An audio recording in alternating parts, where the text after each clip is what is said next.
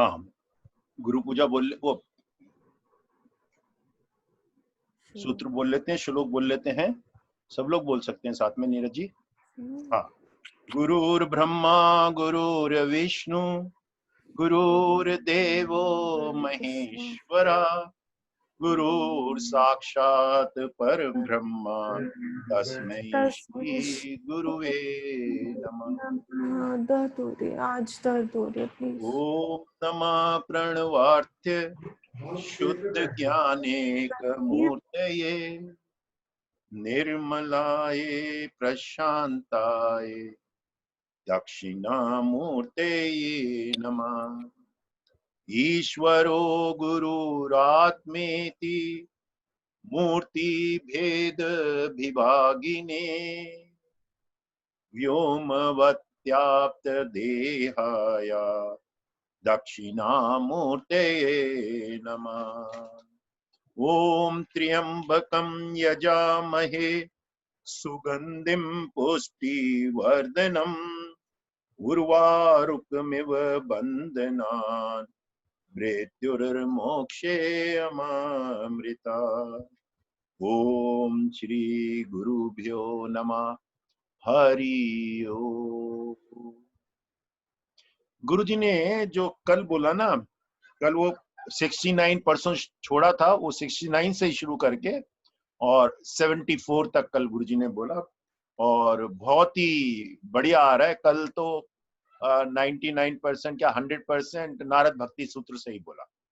तो उन्होंने बोला जो तन्मय है, परसों से जैसे हम करते हैं कि जो भक्त होता है ना, जो प्रेमी होता है, उसके कण कण में वही रहते हैं। वही मतलब भगवान, वही मतलब ईश्वर। ये तो अभी तक हमको समझ में आ गया। भक्ति का मतलब है कि हम 100% उसी ईश्वर के साथ जुड़े हुए हैं, और हमारी कोई प्रशंसा करता है तो हम कहते हैं वो ईश्वर की प्रशंसा है। हमारा शरीर, हमारा मन, हमारी बुद्धि, हमारा अहंकार, सब ईश्वर के प्रति समर्पण, और हमको कुछ नहीं चाहिए।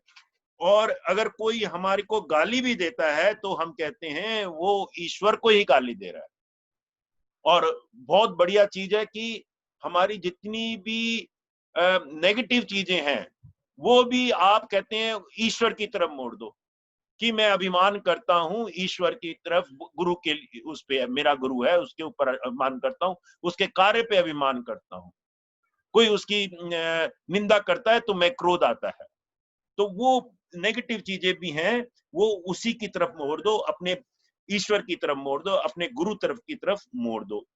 फिर उन्होंने कल जो शुरू किया ना तन्मय, उन्होंने बोला कि भगवान जो है ना सब जगह हैं, कहीं कहीं पे वो विशेष रूप से मौजूद होते हैं, कहीं कहीं पे वो अनुभव में आ सकते हैं। वो कहीं कहीं कहाँ है? प्रेमी के साथ में। कहीं कहीं का क्या मतलब है? गुरु के साथ में। कहीं कहीं का क्या मतलब है? कि तीर्थ स्थानों में जहां पे लोगों ने पूजा की होती है। फिर उन्होंने दो एग्जाम्पल दी कि बाहर दृश्य तो है ही, लेकिन बाहर का दृश्य घर के अंदर बैठे हो दिखेगा नहीं। खिड़की खोलो, खिड़की में देखो तो बाहर का दृश्य दिखता है। हवा सब जगह है, लेकिन हवा का अनुभव होता है अगर पंखे के सामने बैठ जाओ तो हवा की फीलिंग होती है।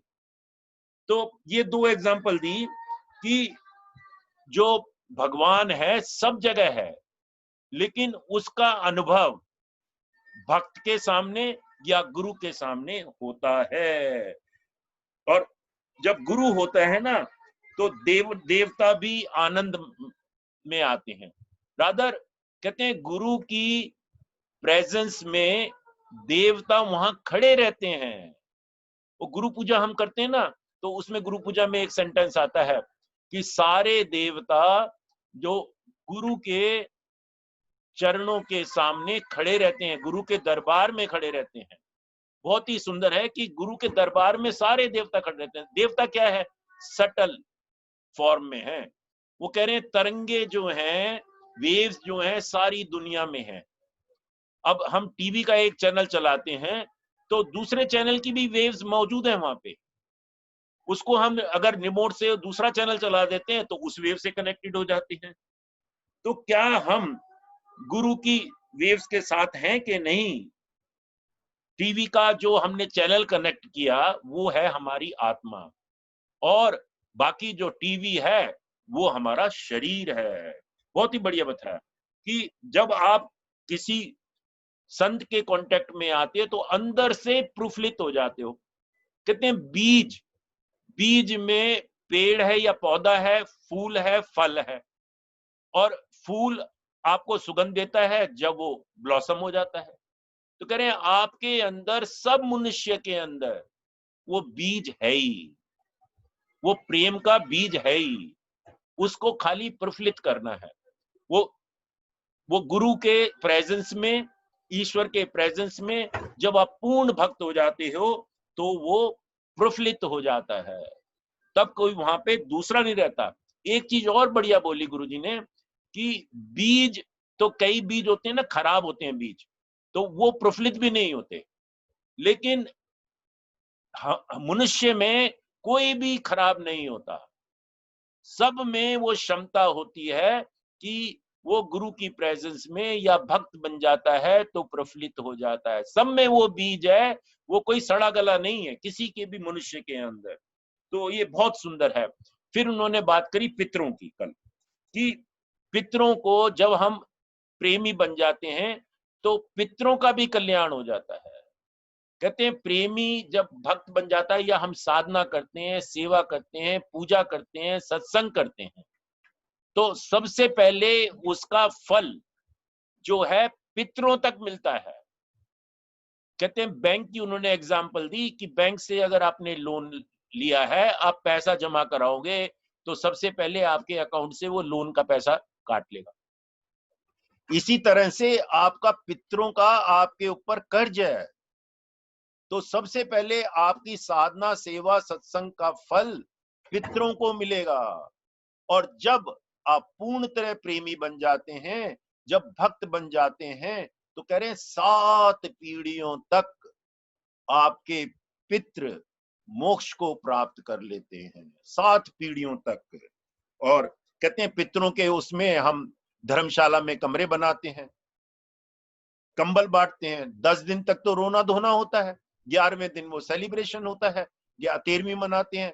लोग अंगूठे, कहते हैं कर्नाटक में तो लोग सोने का अंगूठा देते हैं जिन्होंने क्रिया करी होती है, उपहार देते हैं, गिफ्ट देते हैं।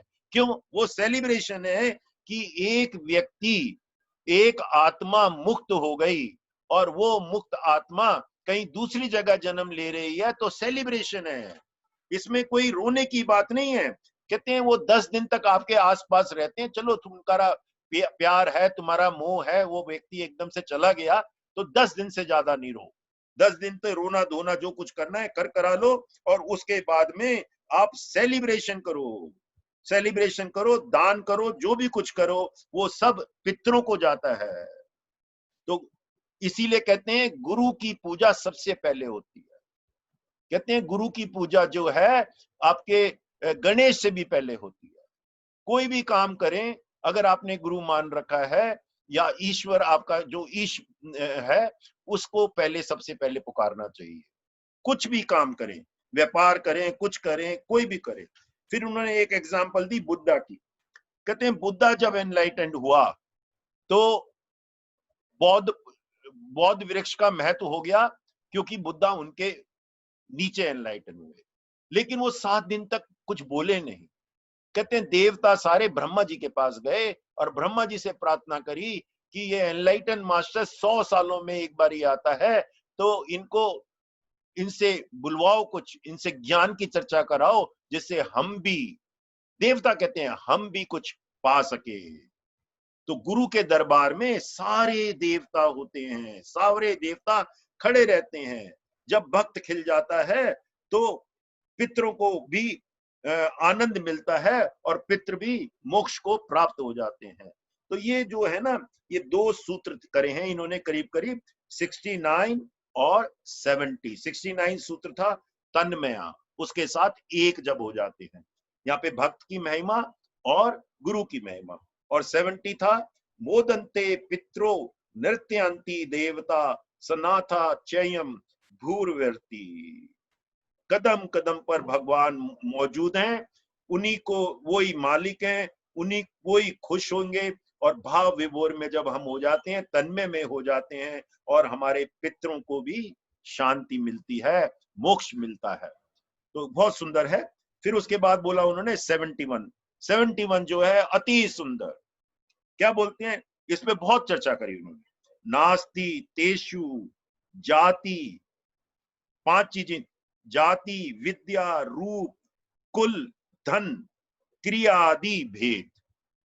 कहते हैं कि गंगा का मूल नहीं पूछना चाहिए कहां से निकली है, उसी तरह से गुरुओं का मूल नहीं पूछना चाहिए कहां से आए हैं, किस जन्म से आए हैं, किस जाति से। पहले बोला किस जाति से आए हैं, किस विद्या, उनकी विद्या कितनी है, उनके रूप कैसा है, उनका कुल कौन सा था, उनके पास धन है कि नहीं है, वो क्या करते हैं। अब उस पे हर एक पे उन्होंने चर्चा करी। कहते हैं जाति, कहते हैं हमारे यहाँ तो जो जो कह सकते हो कि जो ओबीसी हैं, जो SC ST हैं, उस जातियों से बहुत बड़े संत हुए, बहुत संत हुए। उन्होंने बोला कबीरदास, कबीरदास जो हैं वो निचली जाति के थे, जुलाहे थे, अपना सूत बुनते थे। फिर उन्होंने एग्जाम्पल दी व्यास की, वाल्मीकि की, नीची जाति के थे, रामदास की। फिर उन्होंने एग्जाम्पल दी भगवान कृष्ण की। कहते हैं भगवान कृष्ण जो है वो ओबीसी थे, सब लोग उनको पूछते हैं। तो सारे लोगों के जो गुरुओं की जो है ना, वो जाति को ही नहीं पूछता। कहते कर्नाटका में फिर उन्होंने एक एग्जाम्पल दी माच्या, कहते मोची थे, भक्त थे, गुरु हो गए और प्रेमी हो गए, लेकिन मोची का काम नहीं छोड़ा। क्रिया, क्रिया में मतलब वो काम वो ही करते रहे। जब वो गुरु भी बन गए, भक्त भी बन गए, तो काम वो ही करते रहे। कोई भेड़ बकरी चलाता रहा, कोई मोची का काम करता रहा, कोई जुलाई का काम करता रहा, तो वो काम वो ही करते रहे। तो गुरुओं का काम नहीं पूछो किस तरह से वो मिलते हैं। गुरु नानक फॉर एग्जाम्पल, कहते हैं उनकी कोई विद्या ही नहीं थी। कबीर, उसकी भी कोई विद्या नहीं थी। वाल्मीकि, कोई विद्या नहीं थी उनके पास में, कहीं पढ़े लिखे नहीं थे। और वो क्या करते हैं, कोई स्कूल का टीचर भी हो सकता है, कोई कुछ भी हो सकता है, और गुरु हो सकता है। तो ये एक के उनकी जाति, विद्या, क्या करते हैं, और उनका रूप, कैसा भी रूप हो सकता है, कुछ भी रूप हो सकता है, करूप हो सकता है, कुछ भी हो सकता है, उनके रूप पे मत जाओ। और उनके कुल, कुल से तो बोल ही दिया, कुल और जाति थोड़ा सा डिफरेंट है कि कौन से कुल से आते हैं।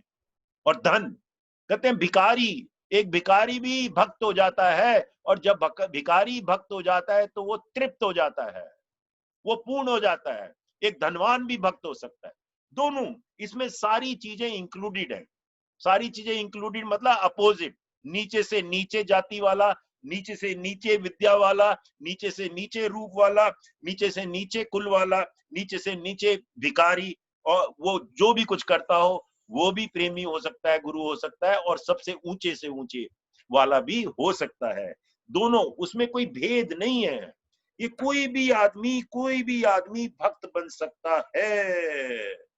ये बहुत ही सुंदर 72 सूत्र जो है। तो कहते हैं उसके बाद में 72 में, तो 72 और 71 एक ही है कि उसमें क्या है, यत स्तद दिया, जो मालिक का हो गया वो पूर्ण हो गया, वो किसी जाति का भी हो सकता है। उसके बाद बोला जो 73, उस पर बहुत चर्चा करी। 73 और 74 तो करीब करीब एक सही है। 73 में बोलते हैं वादो नावलव्यम, मतलब वाद विवाद में नहीं पड़ो। और 74 क्या है, उसमें भी बोलते हैं बाहुल्य की अगर बहुत संभावना है तो किसी का विरोध करोगे, तर्क करोगे, तो ठीक भी हो सकता है, खराब भी हो सकता है। दोनों को इकट्ठा लिया उन्होंने। वादों में बोलते हैं, सबसे पहले उन्होंने एग्जांपल दी टीवी डिबेट। कहते हैं टीवी डिबेट है, होती रहती है, करते रहते हैं लोग। कौन देखते हैं, कहते ज्यादातर आदमी लोग देखते हैं, महिला तो कम देखते हैं, क्योंकि महिलाएं जो है भाव में होती है, आदमी बुद्धि में होते हैं। और वो क्या टीवी डिबेट में कुछ पहले कहते हैं, थोड़ी देर बाद में वो उल्टा भी कह देते हैं। थोड़ा सा कहते हैं कुछ अपनी बात का ही खंडन मंडन करते रहते हैं। अपनी बात का जो शब्द यूज करा, मंडन, खंडन मंडन चलता रहता है। और वो 10 मिनट पहले कोई बात कहते हैं, 10 मिनट बाद अपोजिट भी बोल देते हैं। कहते हैं ये एक एंटरटेन तो हो सकता है, लेकिन ज्ञान नहीं हो सकता। ये एक एंटरटेनमेंट हो सकता है, ज्ञान नहीं हो सकता। क्योंकि तर्क में कुछ रखा नहीं है। तर्क में बहुत ज्यादा पॉसिबिलिटीज भी होती हैं, लेकिन रिजल्ट नहीं निकलता। और फिर अपोजिट बोल दिया। कहते हैं लेकिन जब आप तर्क करते हो ट्रुथ की तरफ, कहते हैं स्पिरिचुअलिटी में हम बोलते हैं वादे वादे तम तस्म बोधा, कि खुद अपने अंदर जब हम तर्क करते हैं, मैं कौन हूं, मेरा क्या पर्पस है, ये जिंदगी का क्या मकसद है, ये प्रेम क्या है। कहते हैं जब आप अंदर ही ट्रुथ के प्रति तर्क करते हैं, जैसे हम लोग बैठे तर्क करते हैं, गुरु के कुछ शिष्य बैठ जाते हैं, आपस में ही गुरु के बारे में महिमा करते हैं, तर्क करते हैं, तो वो कहते हैं उससे भी आप अंदर जाते हो। तो तर्क करना भी इंपॉर्टेंट है, लेकिन कहां तर्क कर रहे हो, किस चीज पे, ट्रुथ के तरफ तर्क करो तो कोई बात नहीं। फिर उन्होंने एक जो बहुत बढ़िया चीज बोली कि जो जिनका व्यापार है, जिनका काम है तर्क करना, जैसे फॉर एग्जांपल लॉयर्स, उनका तो काम ही तर्क करना है। तो अगर उनको हम कह देंगे कि नारद ने बोल दिया तर्क नहीं करना, तो वो क्या करेंगे? कहते तर्क करो, 100% तर्क करो। तो उन्होंने ये नहीं बोला तर्क ना करो, उन्होंने बोला है कि गलत चीजों पे तर्क ना करो, बेफुजली पे तर्क ना करो, गलत बातों का तर्क ना करो, तो उससे डाउट आ जाएगा। कहते हैं लॉयर हैं, करो खूब तर्क करो, लेकिन ट्रुथ के साथ करो, ये नहीं कि झूठे केस को सच्चा कर दिया। तो लॉयर को भी तर्क करना चाहिए, और हमको भी कहते हैं अपने स्पिरिचुअलिटी में तो तर्क जब करते हो तभी आगे बढ़ते हो। भक्त जो है वो हार्ट की दीन है, और जो तर्क है वो बुद्धि से होता है। तो दुनिया में दोनों जरूरी हैं। तो मिडल पाथ, फिर उन्होंने बोला मिडल पाथ, कि दुनिया में व्यापार करो तो ठीक है, बुद्धि का यूज करो, लेकिन भगवान के साथ व्यापार नहीं, भक्तों के साथ व्यापार नहीं, भक्तों के साथ हृदय में समाओ, हृदय की बात करो, उनसे कोई वाद विवाद ना करो। नास्तिक लोग तो कहेंगे कि भगवान नहीं है, तो उनकी बातों में क्या आप तर्क करने लगोगे? कहते नहीं। कहते हैं एक बारी उनको धर्म सभा में बुलाया गया गुरु जी को, तो कहते हैं वो चले गए, धर्म सभा में चले गए, क्योंकि लोगों ने जब उनसे आग्रह किया तो उन्होंने मना नहीं किया। तो कहते हैं जो तर्क वितर्क करते हैं तो कई जगह ऐसी बातें बोलते हैं जैसे खरगोश के 3 सींग। हाँ, मैंने देखा 3 सींग। अरे भाई, खरगोश के तो सींग ही नहीं होते। कहते हैं ऐसे आदमी से तर्क क्या करोगे? कहते मैंने देखा है। मतलब ऐसी बात कहेंगे मैंने देखा है। वो एग्जाम्पल दिया कि भाई खरगोश के तो सींग ही नहीं होते, तुम कह रहे मैंने 3 सींग देखे। तो ऐसे तर्क वितर्क होता रहता है। तो कहते हैं मैं उस धर्म सभा में गया। वो धर्म सभा उन्होंने कहा था सद्भावना सभा है, और हमारे जो इंडिया में 2 मेजोरिटी कम्युनिटीज हैं, इस्लामिक और बाकी हिंदू, उनके प्रति स्वभाव के लिए सभा है। कहते मैं चला गया वहां पे। कहते हैं एक इस्लामी स्कॉलर खड़े हुए और वो व्याख्यान देने लगे और क्रिटिसाइज करने लगे। कहते हैं वो जैनों का उन दिनों एक महोत्सव चल रहा था, कर्नाटका में उनकी एक बड़ी मूर्ति है, वहां उनका अभिषेक चल रहा था, 12 साल में अभिषेक होता है। तो कहते हैं वो तर्क करने लगे इस्लामी मौलवी कि ये देखो ये क्या हो रहा है, ये अननेसेसरी का काम हो रहा है, इतने लोग बर्बाद हो रहे हैं, वहां जा रहे हैं, ये जा रहे हैं, सब कुछ कर रहे हैं। कहते हैं कि इस्लाम में तो ठीक है मूर्ति पूजा नहीं है, लेकिन वो दूसरे को क्यों क्रिटिसाइज कर रहे हैं? कह रहे हैं सनातन धर्म में तो मूर्ति पूजा है ही, और कहते हैं सनातन धर्म में भी जो आर्य समाजी निकले उनमें नहीं है। कई लोग ऐसे हमारे हिंदू में भी ऐसे हैं, पंथी हैं, वो मूर्ति पूजा नहीं करते। जैन में भी कई कई लोग हैं मूर्ति पूजा नहीं करते। तो कहते हैं सारी संभावना है, मूर्ति पूजा करो ना करो, हमारे अंदर तो कहते हैं साकार से निराकार जाओ। तो साकार भी इंपॉर्टेंट है, निराकार भी इंपॉर्टेंट है। तो ये कोई तर्क तो नहीं हुआ। कहते हैं वो ऐसे करने लगे, उनका मकसद था कि भड़काओ लोगों को। कहते हैं हमने हमारे को लोगों ने बोला गुरुजी को कि भाई इनको जवाब दो, इनको बिठाओ।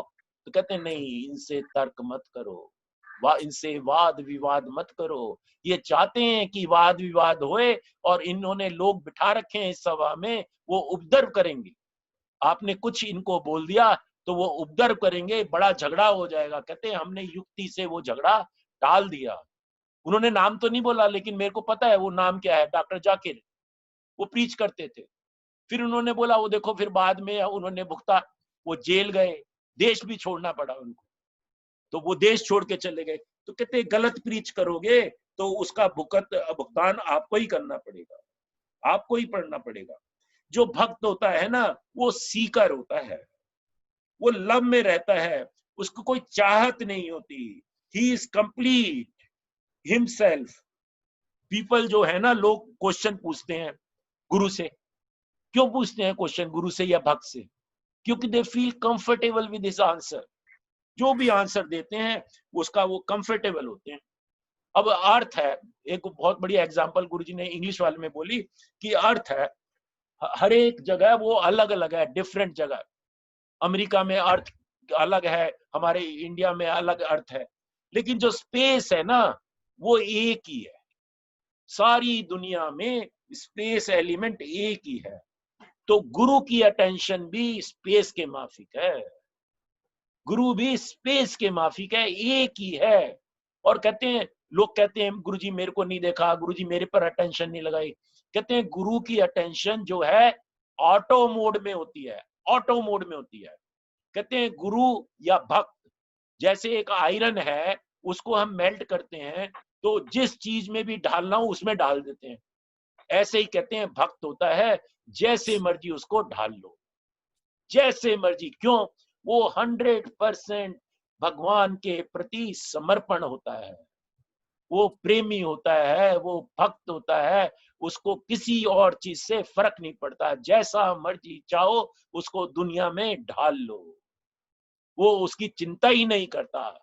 उसके यहाँ चोरी हो जाए, मान हो जाए, सम्मान हो जाए, तो उसके यहाँ कुछ भी नहीं करता। उसके अंदर कोई डाउट ही नहीं आता। जो नास्तिक होता है उसके अंदर डाउट आता रहता है, लेकिन भक्त के अंदर कोई डाउट नहीं आता। तो भक्त का जो होता है, 3 चीजें बताई, साधना, सेवा, सत्संग और पूजा। जो ये सब कुछ है वो सबसे पहले पितरों को जाता है, आपके पूर्वजों को जाता है, फिर उनका कल्याण करके फिर आपको मिलता है। तो ऐसा नहीं सोचना चाहिए कि मैं इतने साल से साधना कर रहा हूँ, सेवा कर रहा हूँ, सत्संग कर रहा हूँ और मेरा कल्याण नहीं हुआ। कि भाई आपका कल्याण भी होगा, पहले तो आपका ऋण जो है ना उसको उतारो, जो पितरों के प्रति आपका ऋण है उसको उतारो। So this is what it is. So मतलब, और गुरु से तो शास्त्र निकलते ही हैं, गुरु से तो मंत्र निकलते ही हैं। उल्टा नहीं है कि शास्त्र और मंत्र से गुरु बनता है। तो ये बहुत ही बढ़िया है। और यहाँ पे एक बहुत बढ़िया बात करी, उससे मैं अंत करूंगा, कि बोला उन्होंने कि जो गुरु होते हैं ना वो ऐसे होते हैं कि उनके कदमों की छाप जो होती है हाथी के छाप के बराबर होती है। हाथी की अगर जंगल में चला जाए तो बाकी सारे जानवरों का उनके पैर में, हाथी का पैर में समा जाता है पूरा। कोई दूसरा कोई भी पद चिन्ह हो, वो हाथी का पैर पड़ा वो सब खत्म हो जाता है। तो ऐसे ही गुरु के पैरों में नतमस्तक हो जाओ। सारे देवता, सारे लोग उसके पैरों में नतमस्तक होते हैं, उसके रास्ते पे चलते हैं। तो मेरे को जब गुरुजी ये कह रहे थे ना, तो मेरे को वो गाना याद आ गया। वो गाना आप सुधा गाएगी। हाँ सुधा बोलो। तुम्हीं से ज्ञान का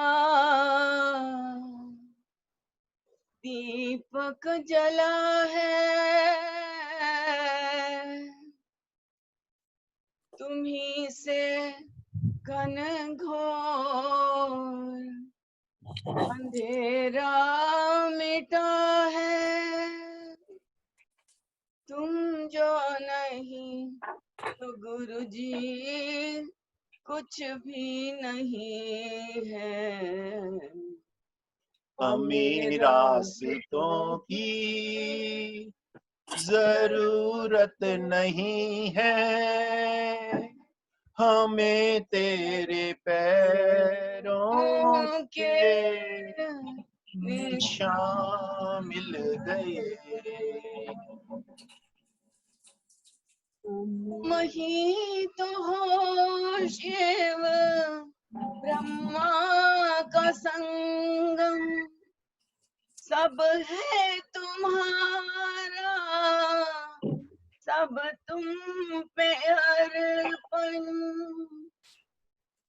अब तेरा मैं, मुझ में ही तू है, हमें रास्तों की जरूरत नहीं है, हमें तेरे पैरों के निशान मिल गए।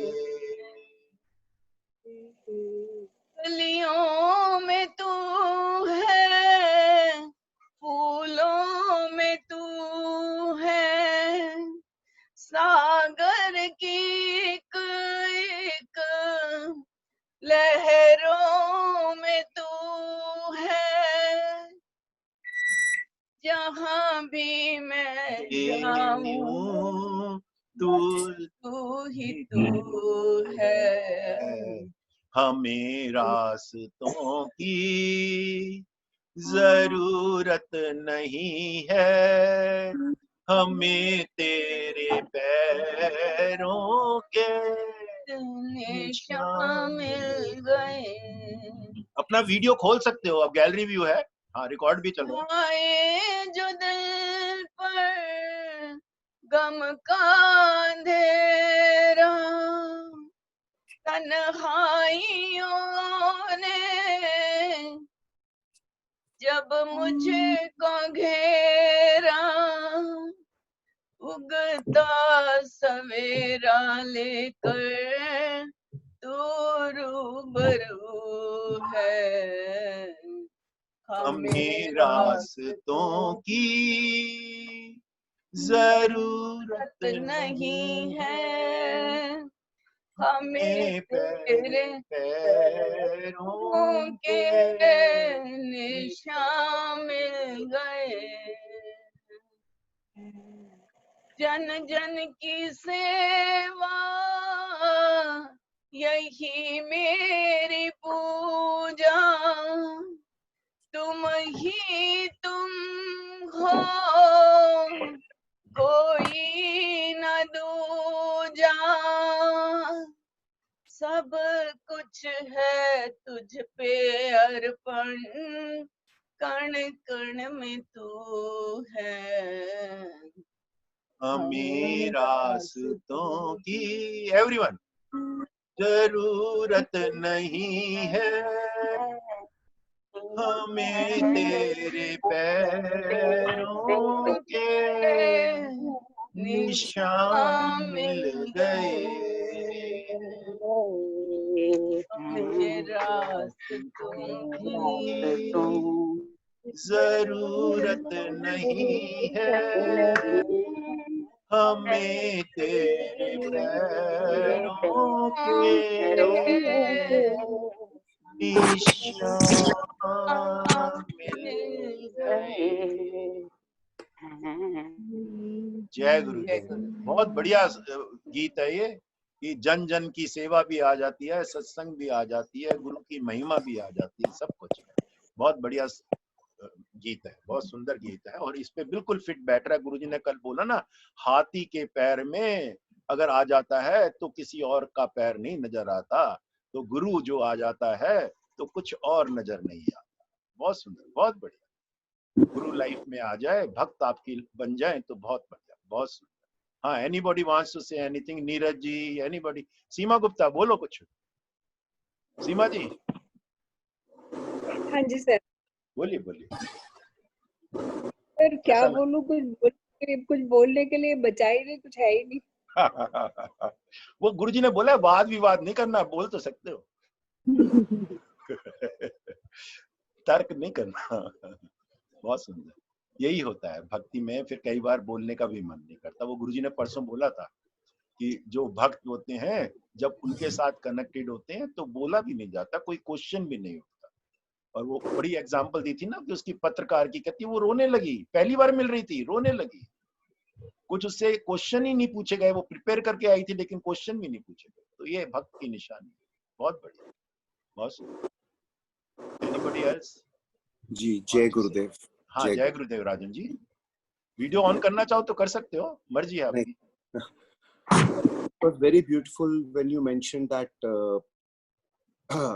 irrespective of where the devotee comes from what background, from what economic strata, from what literacy, once the devotee becomes divine, there is no longer any distinction between him and the devotee, and it basically just transcends all abilities. I mean, you don't have to be really very educated to be in divine love. You don't have to be very rich or poor or intelligent or non-intelligent. It just transcends all kind of abilities, because yes, as we said earlier, it's just a flow of just a flow back to the source, back to the home. So it's just so natural in itself.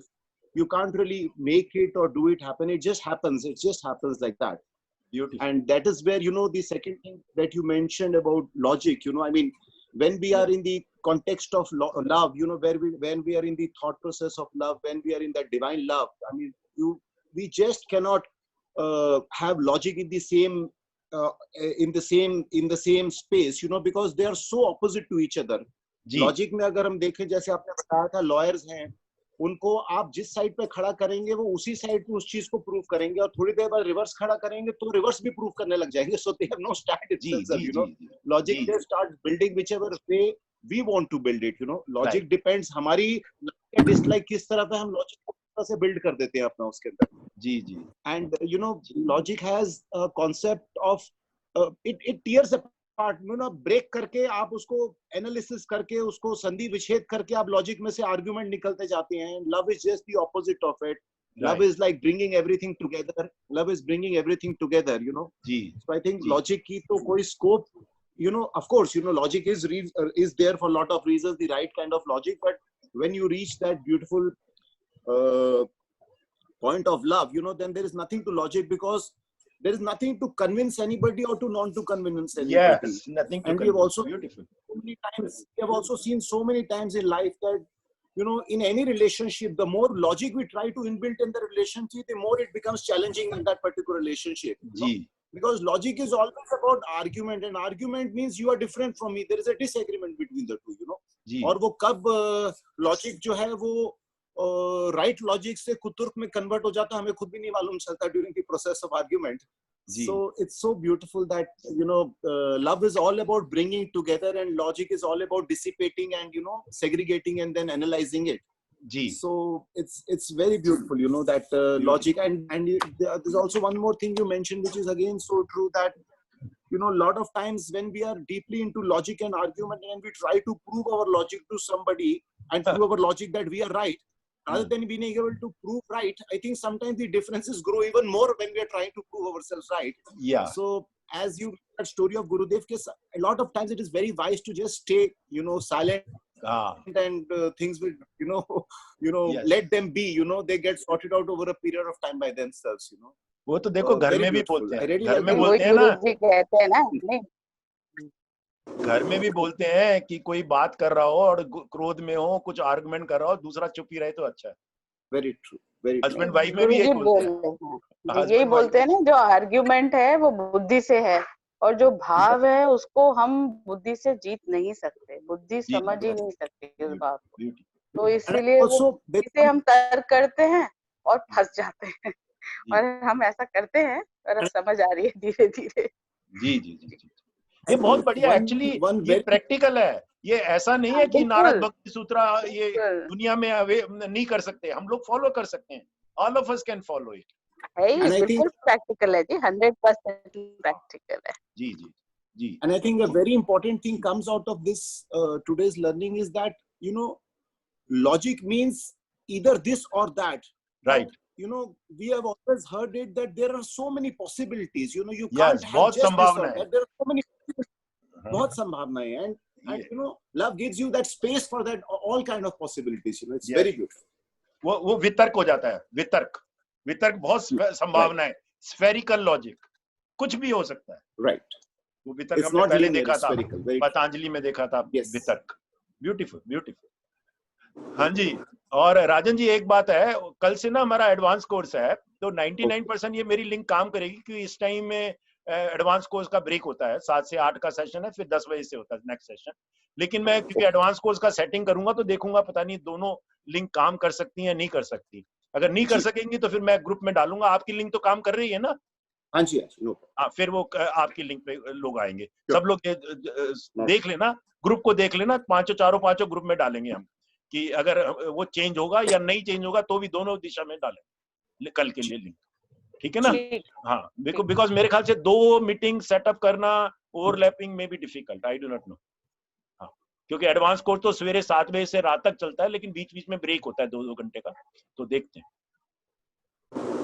हाँ, कोई बोल रहा था, जय गुरुदेव, बोलिए।